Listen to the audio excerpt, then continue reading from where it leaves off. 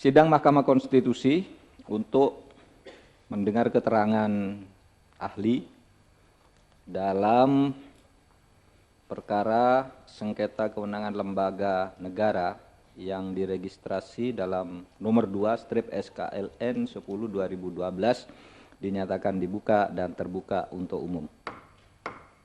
Tapi saya persilakan dulu untuk memperkenalkan diri para pemohon. Terima kasih yang mulia. Assalamualaikum warahmatullahi wabarakatuh. Selamat siang, salam sejahtera untuk kita semua.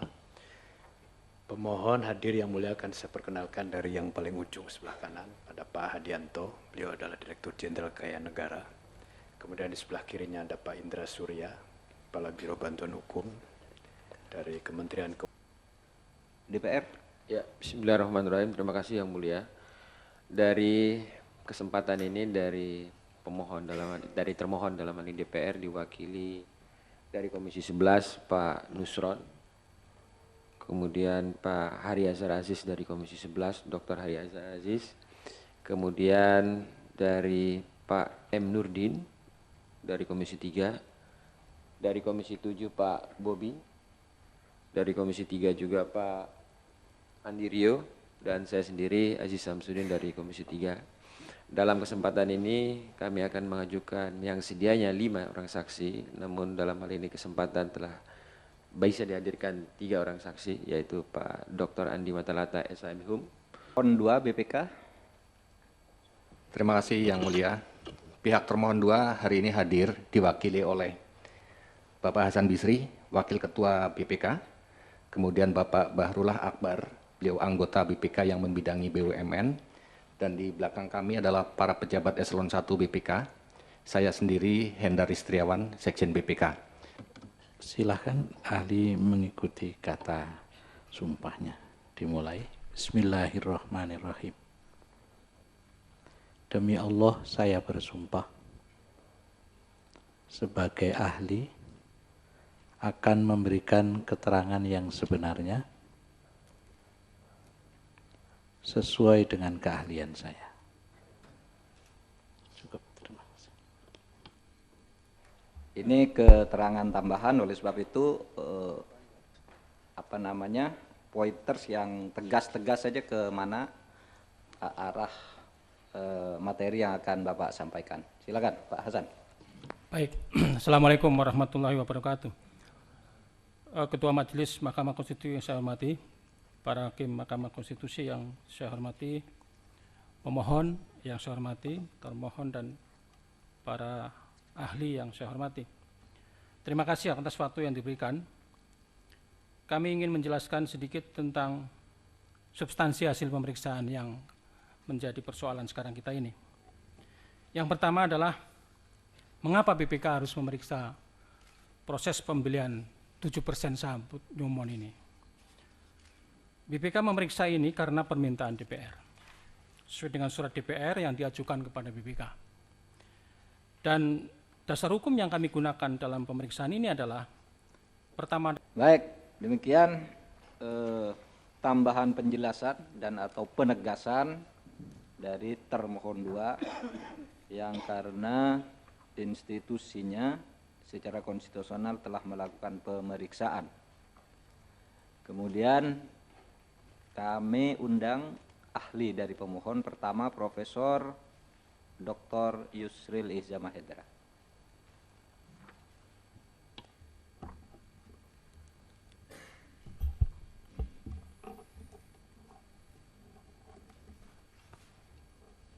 Ketua Majelis Hakim Konstitusi yang mulia, pemohon, para termohon, hadirin hadirat yang saya muliakan.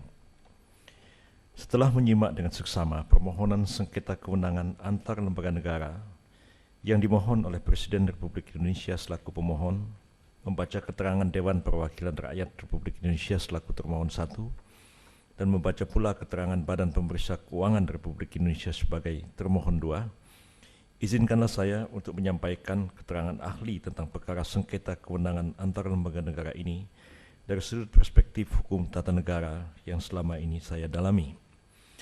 Analisis dari sudut hukum tata negara adalah relevan untuk menerangkan berbagai hal terkait dengan perkara ini Oleh karena sengketa kewenangan sebagaimana diatur di dalam pasal 24C ayat 1 Undang-Undang Dasar Republik Indonesia tahun 45 adalah sengketa antar lembaga negara yang kewenangannya diberikan oleh Undang-Undang Dasar. Norma pasal 24C ayat 1 Undang-Undang Dasar 1945 mengandung makna limitatif, yakni hanya lembaga negara yang kewenangannya secara langsung diberikan oleh Undang-Undang Dasar saja yang jika terjadi konflik kewenangan, perkaranya dapat diajukan kepada Mahkamah Konstitusi. Lembaga lain meskipun keberadaannya disebutkan di dalam Undang-Undang Dasar, namun jika kewenangannya tidak diberikan secara langsung oleh Undang-Undang Dasar, maka jika terjadi konflik kewenangan, sengketanya tidak dapat dimajukan kepada Mahkamah Konstitusi. Fokus utama kajian hukum tata negara adalah terhadap konstitusi, sementara konstitusi pada umumnya akan mengatur keberadaan lembaga-lembaga negara beserta batas-batas kewenangannya masing-masing. Karena itu analisis dari sudut hukum tata negara sangat mungkin dapat membantu menjernihkan sengketa kewenangan antar lembaga negara ini. Ketika Undang-Undang Dasar 1945 disahkan 18 Agustus 1945 maupun diberlakukan kembali melalui Dekret Presiden 5 Juli 1959, para ahli hukum tata negara seperti almarhum Profesor Ismail Suni mengatakan bahwa Undang-Undang Dasar 45 tidaklah menganut asas pemisahan kekuasaan, separation of powers secara ketat sebagaimana dikenal dalam doktrin Trias Politica Montesquieu. Sejauh mengenai kewenangan antara lembaga negara yang menangani kekuasaan kehakiman, yudikatif, pemisahan kekuasaan yang tegas antara lembaga ini dengan lembaga negara yang lain memang telah dirumuskan sejak awal penyusunan Undang-Undang Dasar 45. Namun dalam hubungan antara eksekutif dan legislatif dalam tanda kutip sejak awal tidaklah terjadi pemisahan kekuasaan, melainkan division of powers atau pembagian kekuasaan. Dalam hal pembentukan undang-undang, DPR berbagi kewenangan dengan Presiden. Dalam hal menetapkan APBN, Presiden juga berbagi kewenangan dengan DPR. Apalagi pengesahan APBN haruslah dilakukan dengan undang-undang yang kewenangan Presiden dan DPR adalah sama kuatnya. Namun dalam melaksanakan undang-undang termasuk dalam menggunakan seluruh anggaran negara yang telah disepakati dalam undang-undang tentang APBN, kewenangan Presiden tidaklah dibagi dengan DPR. Presiden melaksanakannya sendiri, namun dalam konteks pelaksanaan itu DPR memiliki kewenangan melakukan pengawasan terhadap Presiden. Majelis Hakim yang mulia, Pasal 23 ayat 1 dan ayat 2 Undang-Undang Dasar 1945 memuat norma yang mengatur bahwa APBN ditetapkan setiap tahun dengan undang-undang. Rancangan Undang-Undang APBN diajukan oleh Presiden untuk dibahas bersama dengan DPR dengan memperhatikan pertimbangan Dewan Daerah. Apabila DPR tidak menyetujui APBN yang diajukan oleh Presiden, maka Presiden menjalankan APBN tahun yang lalu. Hal-hal yang mengenai keuangan negara termasuk pembahasan APBN sebagaimana diatur dalam norma pasal 23 Undang-Undang Dasar 1945 diatur dengan undang-undang. Undang-undang yang dimaksud yang sekarang sudah ada ialah undang-undang antara lain Undang-Undang Nomor 17 Tahun 2003 tentang Keuangan Negara, Undang-Undang Nomor 1 Tahun 2004 tentang Perbendaharaan Negara, Undang-Undang 15 2004 tentang Pemeriksaan, Pengelolaan dan Tanggung Jawab Keuangan Negara, dan Undang-Undang Nomor 33 Tahun 2004 tentang Perimbangan Keuangan antara pemerintah pusat dan pemerintah daerah. Khusus mengenai prosedur pengajuan dan pembahasan rancangan undang-undang tentang APBN, norma yang mengaturnya terdapat di dalam pasal 3, bab 3, pasal 11 sampai pasal 15 Undang-Undang Nomor 17 Tahun 2003 tentang Keuangan Negara. Pembahasan terhadap rancangan undang-undang dilakukan secara terinci sampai kepada organisasi, unit organisasi, fungsi, program, kegiatan, dan jenis belanja. Dengan demikian, dalam pembahasan rancangan undang-undang tentang APBN, Presiden dan DPR haruslah membahasnya sampai ke tingkat yang rinci seperti ini, karena penyusunan rancangan undang-undang tentang APBN haruslah berpedoman kepada rencana kerja pemerintah dalam rangka mewujudkan tujuan negara. Berikutnya Profesor Saldi Isra.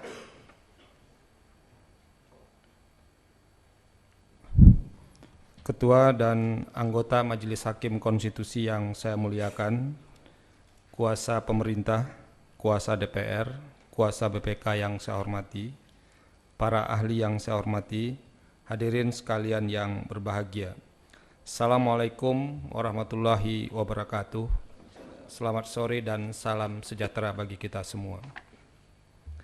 sesuai dengan permohonan penyelesaian sengketa kewenangan lembaga negara yang diajukan pemohon, saya diminta untuk menjelaskan persoalan ketentuan pasal 24 ayat 7 Undang-Undang Nomor 17 Tahun 2003 tentang keuangan negara, selanjutnya disebut Undang-Undang Nomor 17 2003, yang menyatakan dalam keadaan tertentu untuk penyelamatan perekonomian nasional, pemerintah pusat dapat memberikan pinjaman dan atau melakukan penyertaan modal kepada perusahaan swasta setelah mendapatkan persetujuan DPR. Sesuai dengan lafaz sumpah yang diucapkan sebelumnya, saya hanya akan menyampaikan keterangan sesuai dengan bidang ilmu yang saya tekuni, yaitu hukum tata negara. Sama sekali tidak bermaksud menggarami air di laut, yaitu saya akan menjelaskan konstruksi pasal 24 ayat 7 Undang-Undang Nomor 17 2003, terutama dikaitkan dengan pasal 4 ayat 1, pasal 17, dan pasal 23 Undang-Undang Dasar 1945. Terakhir, saya akan menjelaskan pasal 24 ayat 7 Undang-Undang Nomor 17 Tahun 2003 bila dikaitkan dengan Undang-Undang Nomor 1 Tahun 2004 tentang Perbendaharaan Negara. Selanjutnya disebut Undang-Undang Nomor 1 Tahun 2004. Majelis Hakim yang saya muliakan, hadirin yang berbahagia. Pasal 24C Undang-Undang Dasar, Pasal 24C ayat 1 Undang-Undang Dasar 1945 secara eksplisit menyatakan bahwa Mahkamah Konstitusi berwenang mengadili pada tingkat pertama dan terakhir yang putusannya bersifat final untuk menguji undang-undang terhadap Undang-Undang Dasar, memutus sengketa kewenangan lembaga negara yang kewenangannya diberikan oleh Undang-Undang Dasar, dalam bahan ini dicetak tebal, memutus pembubaran partai politik dan memutus perselisihan tentang hasil pemilihan umum. Berdasarkan ketentuan pasal 24C ayat 1 Undang-Undang Dasar tersebut, lembaga negara yang dapat mengajukan sengketa ke Mahkamah Konstitusi adalah lembaga negara yang kewenangannya diberikan oleh Undang-Undang Dasar 1945. Dalam pengertian itu, tak terbantahkan bahwa Presiden, DPR, dan BPK adalah lembaga negara sebagaimana yang termaktub dalam pasal 24C ayat 1 Undang-Undang Dasar 1945 yang kewenangannya secara eksplisit disebutkan dalam Undang-Undang Dasar 1945. Bahkan dalam putusan perkara nomor 68 SKLN strip 2 2004 secara eksplisit dinyatakan bahwa pasal 4, pasal 5, pasal 10, pasal 11, pasal 12, pasal 14, pasal 16, pasal 17, dan pasal 23F Undang-Undang Dasar 1945 menunjukkan kedudukan Presiden sebagai lembaga negara. Sementara itu, ketentuan yang menunjukkan Dewan Perwakilan Rakyat sebagai lembaga negara adalah pasal 19, pasal 20, pasal 20A, pasal 21, pasal 22, pasal 22A, dan pasal 22B Undang-Undang Dasar 1945. Selanjutnya, dalam putusan Akuo ditegaskan pasal-pasal tersebut sekaligus menunjukkan bahwa Presiden dan DPR adalah lembaga negara sebagaimana termaktub dalam pasal 24C ayat 1 Undang-Undang Dasar 1945. Setelah membaca permohonan pemohon, pokok persoalan yang menjadi sengketa yang diajukan ke mahkamah ini adalah terkait dengan ketentuan pasal 24 ayat 7 Undang-Undang Nomor 17 Tahun 2003 yang menyatakan sebagaimana disebutkan di awal penyampaian keterangan ahli tadi. Pokok persoalan yang diajukan pemohon adalah menyangkut investasi jangka panjang non-permanen berupa pembelian saham 7% divestasi PT Newmont Nusa Tenggara atau PT NNT dengan mengaitkan kepada ketentuan pasal 24 ayat 7 Undang-Undang Nomor 17 Tahun 2003. Pada salah satu sisi, pemerintah mendalilkan bahwa tidak diperlukan persetujuan DPR. Sementara di sisi lain, DPR mendalilkan bahwa tindakan pemerintah membeli saham PT NNT memerlukan persetujuan DPR. Majelis Hakim yang saya muliakan, hadirin yang berbahagia. Salah satu komitmen alias rambu-rambu yang dianut dalam perubahan Undang-Undang Dasar 1945 yang berlangsung tahun 1999 sampai 2000 adalah mempertahankan sistem pemerintahan presidensial. Sekalipun mempertahankan, para pengubah Undang-Undang Dasar 1945 sepakat untuk melakukan beberapa pemurnian yang oleh para ahli ilmu politik disebut dengan purifikasi sistem presidensial.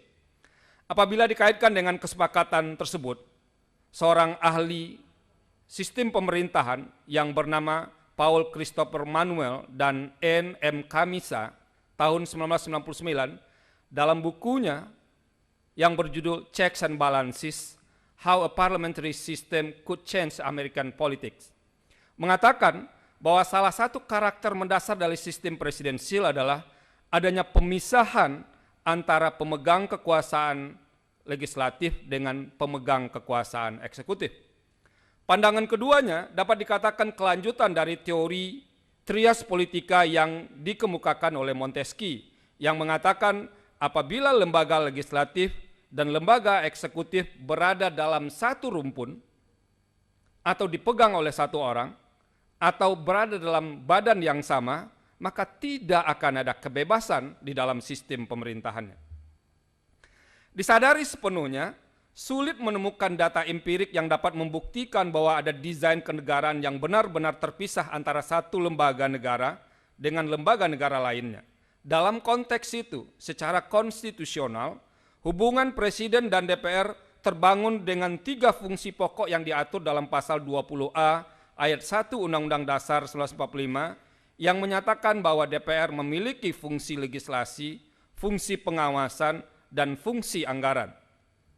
Ketiga fungsi pokok itu menunjukkan adanya titik singgung antara DPR dan Presiden dalam menyelenggarakan kewajiban atau kewenangan konstitusional masing-masing lembaga. Sekalipun terdapat titik singgung di antara keduanya, terdapat pula pemisahan yang tegas. Misalnya dalam menjalankan kewenangan yang berada di wilayah eksekutif, pasal 4 ayat 1 Undang-Undang Dasar 45 secara eksplisit menyatakan Presiden Republik Indonesia memegang kekuasaan pemerintahan menurut Undang-Undang Dasar. Kemudian untuk melaksanakan urusan pemerintahan, Presiden dibantu oleh menteri-menteri negara sebagaimana termaktub dalam pasal 17 Undang-Undang Dasar 1945. Merujuk praktek yang terjadi selama ini, secara umum pola hubungan antara Presiden dan DPR dilaksanakan dengan para pembantu Presiden, dalam hal ini menteri negara.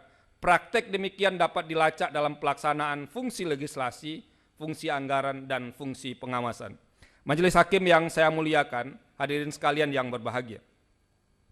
Secara umum, hubungan Presiden dan DPR dalam pengelolaan keuangan negara dapat dikatakan sebagai hubungan yang sangat spesifik. Dalam hal ini, pasal 23 ayat 1 Undang-Undang Dasar 45 menyatakan bahwa anggaran pendapatan dan belanja negara sebagai wujud dari pengelolaan keuangan negara ditetapkan setiap tahun dengan undang-undang dan dilaksanakan secara terbuka dan bertanggung jawab untuk sebesar-besarnya kemakmuran rakyat. Pengaturan pasal 23 ayat 1 Undang-Undang Dasar 1945 tersebut menunjukkan bahwa APBN sebagai wujud pengelolaan keuangan negara ditetapkan dengan undang-undang. Sekalipun ditetapkan dengan undang-undang, proses penyelenggaraannya tidak seperti proses atau fungsi legislasi undang-undang biasa. Karena itu, Undang-Undang Dasar 1945 mengatur secara terpisah fungsi legislasi untuk hak budget yang ada dalam pasal 23 dengan fungsi legislasi biasa yang ada pada pasal 20 Undang-Undang Dasar 1945. Tidak hanya itu, sebagai sebuah fungsi legislasi, hanya Presiden atau pemerintah yang dapat mengajukan rancangan APBN. Tadi sudah ditegaskan oleh Profesor Yusril. Bahkan hasil perubahan Undang-Undang Dasar 1945, para pembahasnya mengatakan bahwa diperlukan pertimbangan DPD. Pasal 23 ayat 2 Undang-Undang Dasar 1945 menyatakan, rancangan undang-undang anggaran pendapatan dan belanja negara diajukan oleh Presiden untuk dibahas bersama DPR dengan memperhatikan pertimbangan Dewan Perwakilan Daerah. Profesor Simanjuntak.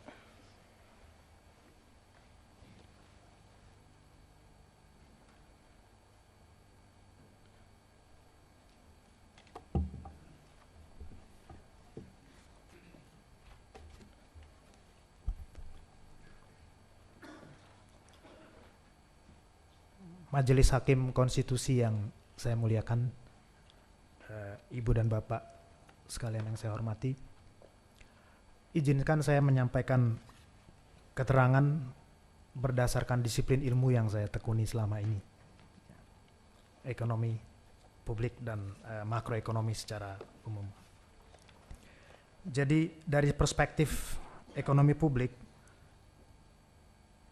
persoalan pembelian 7% saham divestasi PT NNT, ya, Newmont Nusa Tenggara oleh Pusat Investasi Pemerintah ini, itu bisa didekati, ya, tidak persis karena tidak ada yang persis di dalam semua literatur yang saya coba buka, ya.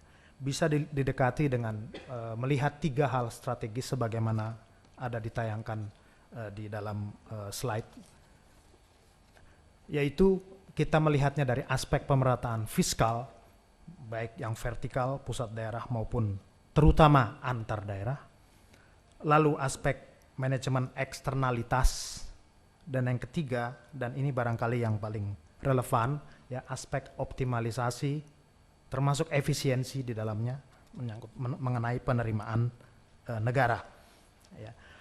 Aspek yang pertama, ya, kita bisa berangkat dari 3 fungsi pokok pemerintah, ya, untuk melihat dan mengurai bagaimana permasalahan divestasi saham ini. Ya. Mas Grave mengatakan sejak hampir 60 tahun yang lalu, demikian juga Oates, ya, tahun 56, ya, bahwa secara garis besar ada 3 fungsi pemerintah, ya, 3 fungsi pokok pemerintah, fungsi alokasi, distribusi, dan stabilisasi. Alokasi itu terkait dengan penyediaan barang dan jasa yang terkait layanan publik, distribusi menyangkut pemerataan pembangunan, penurunan disparitas pendapatan dan kekayaan masyarakat antar daerah, ya, atau antar wilayah, dan stabilisasi ini terkait dengan manajemen makro ekonomi, ya, dan stabilitas ekonomi. Fungsi yang pertama itu lebih cocok dan efektif dilaksanakan oleh pemerintah daerah, karena daerah itu lebih mengenal apa yang dibutuhkan oleh masyarakat daerahnya, sementara fungsi distribusi dan stabilisasi itu akan lebih cocok dan lebih efektif jika dilaksanakan oleh pemerintah pusat. Nah, dalam rangka melaksanakan ketiga fungsi pokok inilah, ya, kita mengenal konsep hubungan keuangan pusat dan daerah. Ya. Hubungan keuangan pemerintah pusat dan daerah ini, ya, secara garis besar bisa kita analisis dengan prinsip finance follows functions, ya, triple F, ya. Kadang-kadang orang lebih suka menggunakan istilah money follow function, cuma saya lebih suka ini karena triple F, gitu ya. Artinya kurang lebih, ya, terkait pembagian kewenangan dan alokasi sumber dana antara setiap level pemerintahan dalam satu negara, yang barangkali dengan ekspresi sederhana bisa dinyatakan sebagai siapa melakukan apa dan membutuhkan dana berapa banyak. Dan dalam konteks Indonesia sekarang ini diatur dalam Undang-Undang 32 tahun 2004 dan Undang-Undang 33 tahun 2004. Nah, sebelum kita membicarakan mengenai berapa dana yang dibutuhkan, itu ada penentuan mengenai, ada isu mengenai penentuan penguasaan sumber keuangan negara, baik yang dari pajak maupun yang bukan pajak. Nah, di sini saya mengelompokkan persoalan yang sedang kita bicarakan sekarang ini, ya, yaitu divestasi saham adalah masuk ke dalam kategori yang kedua, gitu ya.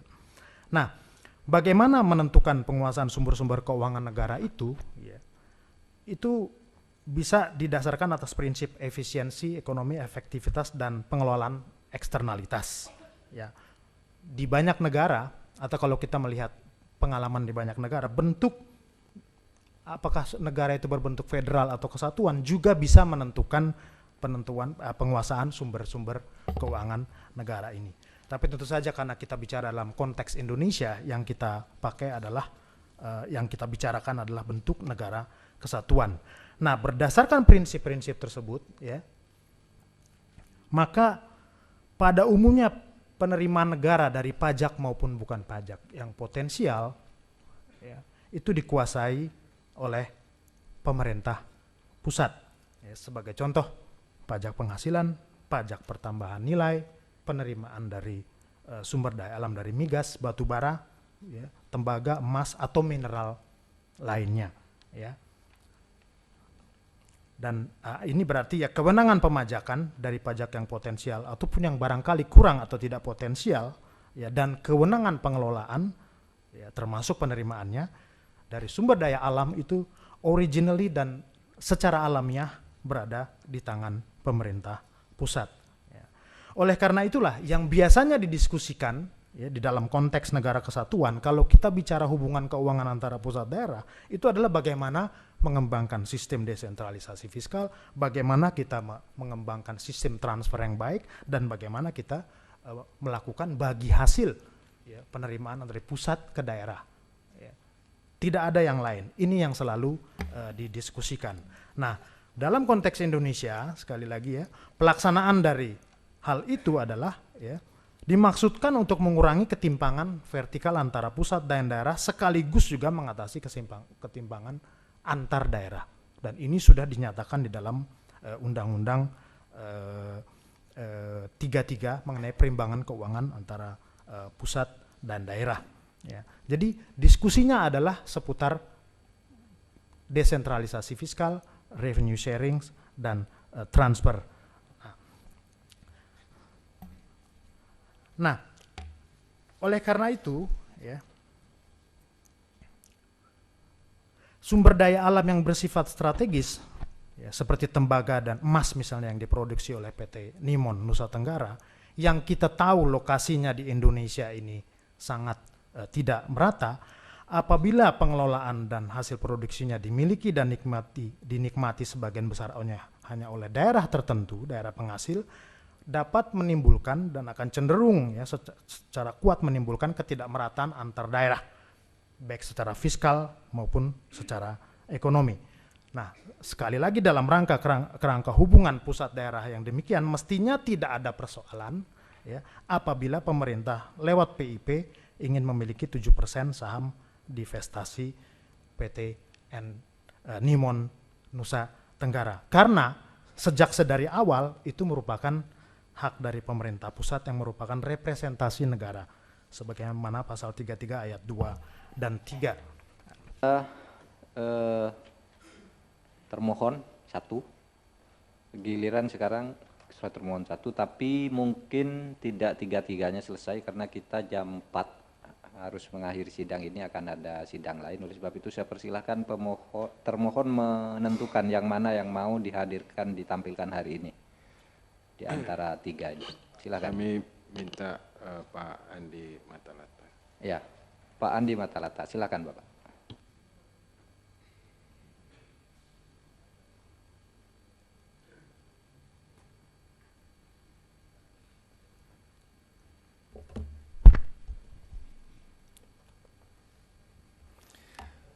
Bismillahirrahmanirrahim. Assalamualaikum warahmatullahi wabarakatuh.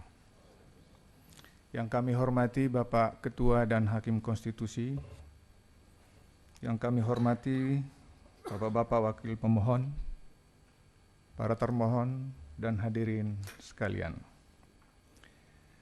Pada saat saya dimintai untuk memberi keterangan oleh termohon 1, saya bertanya, keterangan apa yang dibutuhkan dari saya? Lalu dijawab, Anda adalah ikut dalam proses pembahasan amandemen Undang-Undang Dasar 45 sejak 99 sampai 2002. Karena itu Anda diharapkan hadir untuk memberitahu persidangan perkembangan-perkembangan pemikiran yang berkembang pada saat amandemen itu, yang mungkin bisa berguna di dalam penyelesaian sengketa kewenangan yang kebetulan dalam perkara ini yang dipersengketakan pihaknya adalah Presiden, BPK, dan Dewan Perwakilan Rakyat.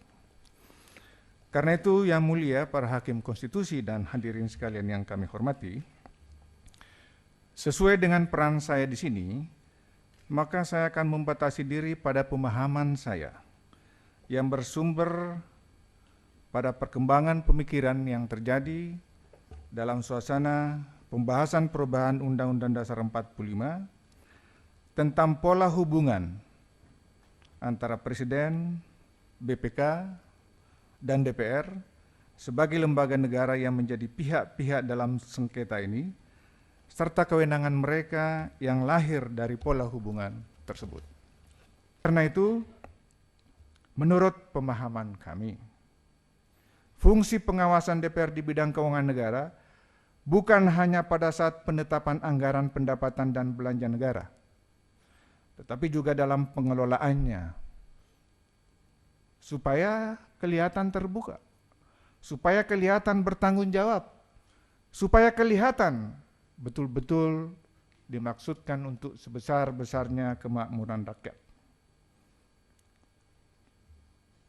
Pengawasan ini termasuk tentunya pemberian persetujuan kegiatan-kegiatan parsial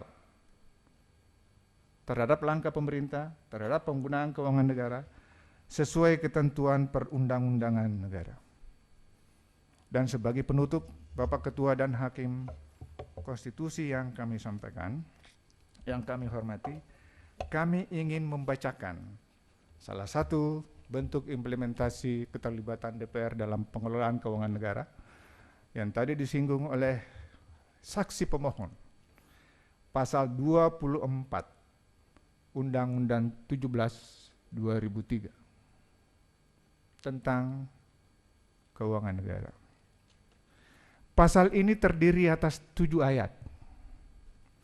Ayat pertama berbunyi, pemerintah dapat memberikan pinjaman, garis miring hibah, garis miring penyertaan modal, kepada dan menerima pinjaman, garis miring hibah, dari perusahaan negara atau perusahaan daerah.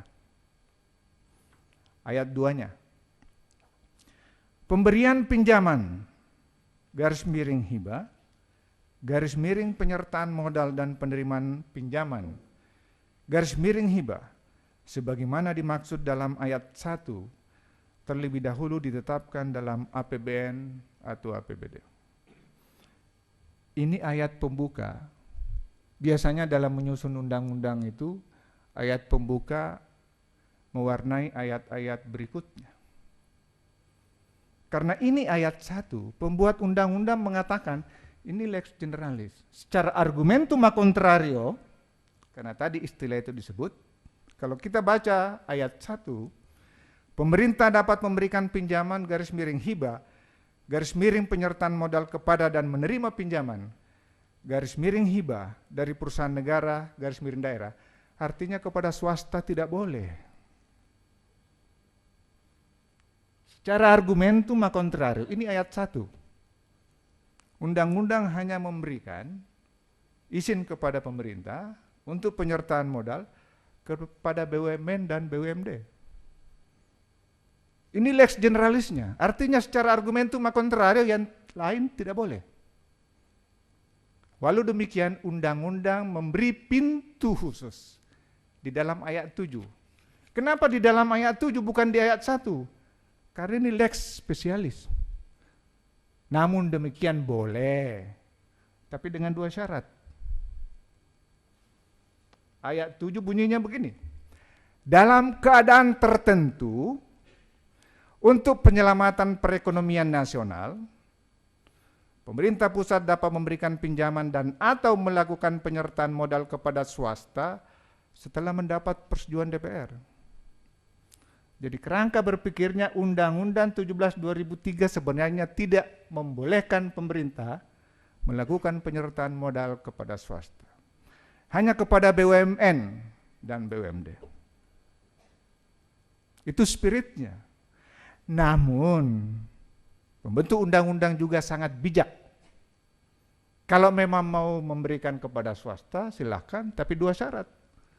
Pemerintah harus membuktikan bahwa ini dalam keadaan tertentu. Dan ada persetujuan DPR. Disitulah barangkali argumentum a contrario kita perlakukan secara bersama. Bapak Hakim Konstitusi, para anggota konstitusi, pemohon, termohon, dan hadirin yang kami muliakan, mudah-mudahan apa yang saya sampaikan di sini bisa berguna di dalam rangka mengambil keputusan yang sebaik-baiknya untuk negara dan bangsa kita. Sekian, Assalamualaikum warahmatullahi wabarakatuh.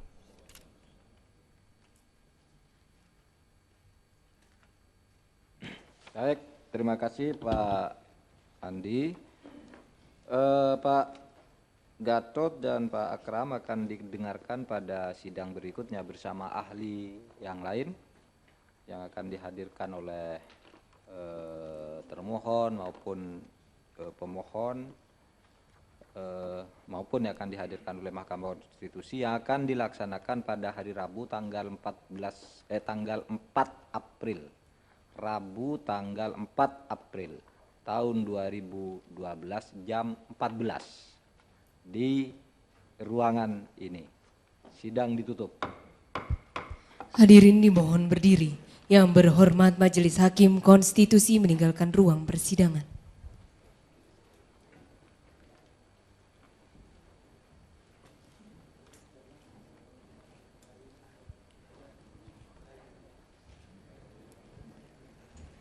Hadirin disilakan duduk kembali.